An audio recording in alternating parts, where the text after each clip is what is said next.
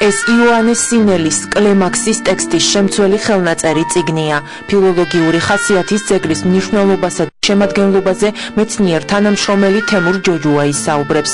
ამ ხელნაწერში წარმოდგენილი არის იოანე სინელის კლემაქსის, ანუ სათნოებათა კიბის ორი რედაქციის ტექსტი. თვითონ ეს საოცრად პოპულარული საკითხავი, რომელიც შედგენილი იყო ბერძნულ ენაზე, სინელი მონაზონის იოანეს მიერ ძალზედ პოპულარული საკითხავი გახდა. ის განკუთვნილი იყო ძირითადად მონაზვნებისათვის და ეს წიგნი თვითონ შეიცავდა, ანუ იოანეს სინელის კლემაქსი შეიცავდა 30 სათნოების სწავლებას, რომელიც განკუთვნილი იყო ბერ მონაზვნებისადმი. პრინციპი ამ სწავლებებისა იყო შემდეგი სახის. თითო სათნოება უდრიდა კიბის ერთ საფეხურს, ერთ ხარისხს და 30 საფეხური უდრიდა კიბის, ანუ 30 სათნოება უდრიდა კიბის 30 საფეხურს, რომლის ავლის შემდეგაც მონაზონი მოხვდებოდა სასუფეველში. ანუ სხვაგვარად რო ვთქვა, ეს იყო კიბე ზეცად ამყვანებელი.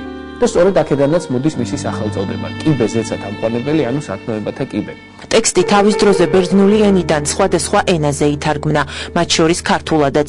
ტექსტის ყველაზე ძველი თარგმანი მე-10 საუკუნის დასაწყისში 908 წლით დათარიღებულ ერთ ხელნაწერში მოგვეპოვება, რომელიც ამჟამად სინას მთაზე წმინდა ეკატერინეს მონასტერშია დაცული. აი იქ არის შეტანილი რედაქცია, რომლის მთარგმნელის ქართულ ენაზე ჩვენთვის უცნობია.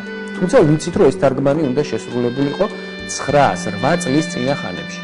სამწუხაროდ ამ თარგმანის შემცველი ხელნაწერი ჩვენამდე მოვიდა მხოლოდ ერთადერთი, აი სწორედ აი ამ ნუსხის სახით. ამ თარგმანს ახასიათებდა თავისი ნაკლოვანებები. ეს მშვენივრად გაითვალისწინა დიდმა ათონელმა მამამ ექვთიმე მთაწმინდელმა და მე-10 საუკუნის ბოლოს იოანეს სინელის კლემაქსი ბერძნულიდან ქართულ ენაზე კიდევ ერთხელ თარგმნა. ანუ მივიღეთ უკვე მეორე რედაქცია იოანე სინელის კლემაქსისა. აი ამ მეორე თარგმანმა, ანუ ექვთიმესეულმა რედაქციამ მიმოქცევიდან ძალიან იოლად განდევნა ის ძველი თარგმანი, გაბატონდა და დაბეჭდებით შეიძლება ითქვას, რომ მას შემდეგ, რაც კი ქართულ ენაზე ნუსხები მოგვეპოვება იოანეს სინელის კლემაქსისა, ძირითადად სწორედ ექვთიმე მთაწმინდელისეული რედაქციის შემცველი გახლავთ.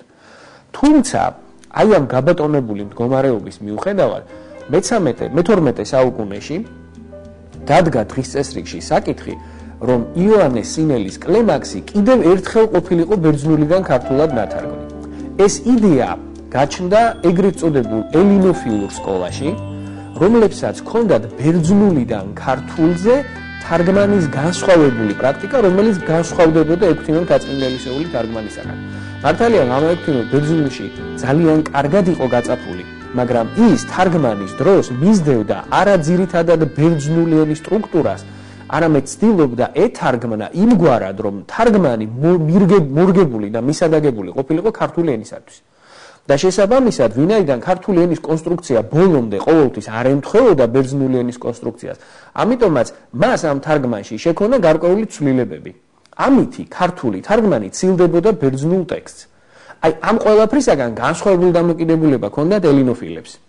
ეს არის ეს ცნობილი იოანე პეტრიძის ჯგუფი, რომლებიც ამბობდნენ, რომ ამოსავალი წერტილი უნდა იყოს არა ის, რამდენად იოლად იკითხება ის ქართულ ენაზე, არამედ რამდენად ზუსტად და ზედმიწევნით მისდევს ქართული თარგმანი ბერძნულს.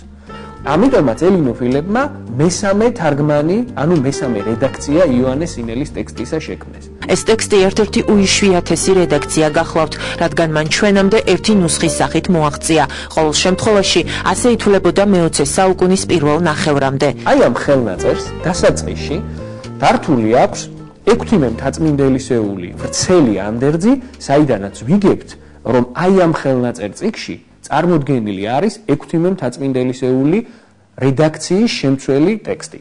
მაგრამ ასე იყო ეს მიღებული, როგორც მოგახსენეთ, მე-20 საუკუნის პირველ ნახევრამდე. თუმცა 1966 წელს ეს ხელნაწერი საგანგებოდ შეისწავლა ფილოლოგოსმა მერი ცინცაძემ და მივიდა ძალიან საინტერესო დასკვნამდე. აღმოჩნდა, რომ ექვთიმე მთაწმინდელისეული რედაქციის ტექსტ შეიცავს მხოლოდ ხელნაწერის დასაწყისი ნაწილი. თორემ ხელნაწერის ძირითადი ნაწილი შეიცავს სწორედ პეტრიწული სკოლის თარგმანს. ანუ სხვაგვარად რო თქვა, ხელნაწერის ისტორია მან აღადგინა შემდეგი სახით.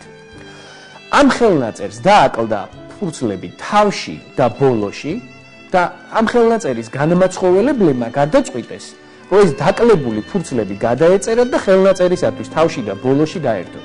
მაგრამ ვინაიდან ელინოფილური თარგმანის შემცველი ხელნაწერები ძალიან ცოტა იყო იმ დროისათვის და მათ ხელთ ვერ მოიგდეს ეს თარგმანი, ამიტომაც ადგნენ და აიღეს სხვა რედაქციის ტექსტი, გადაწერეს ფურცელზე და დაურთეს ხელნაწერს თავში.